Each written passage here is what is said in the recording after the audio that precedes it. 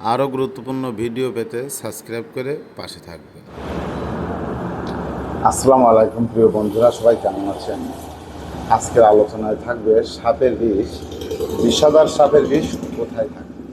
বিষাদার সাপের বিষ মূলত লালাগ্রন্থি বা চোয়ালের দুপাশে, চোখের একটু নিচে দুপাশে সাপের বিষ সবসময় স্টকে থাকে।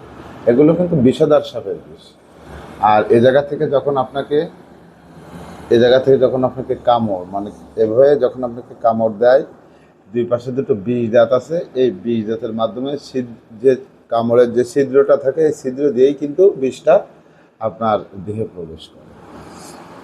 আর দেহে প্রবেশ করার পরে কিভাবে আপনার বডিকে উইক অথবা মৃত্যুর দিকে নিয়ে যায়, সাপে কামড়ানোর পরে মূলত আপনার ব্লাড, আপনার যে রক্ত থাকে বা রক্তের লোহিত কণিকা, এগুলো কিন্তু যে অবস্থায় যেখানে থাকে ওই অবস্থায় ওকে অকেজো করে দেই এবং গতিরোধ বন্ধ করে ফেলাই।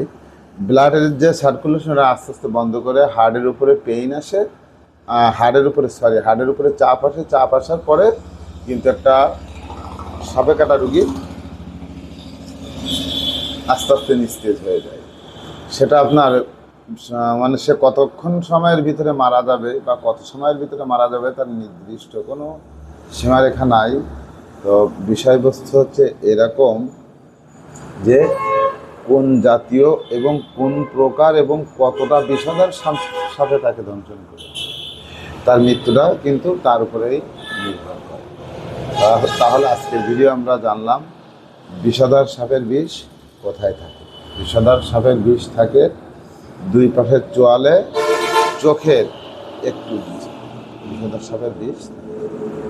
অবশ্যই ভিডিওটি ভালো লাগলে ফলো দিয়ে পাশে থাকবে।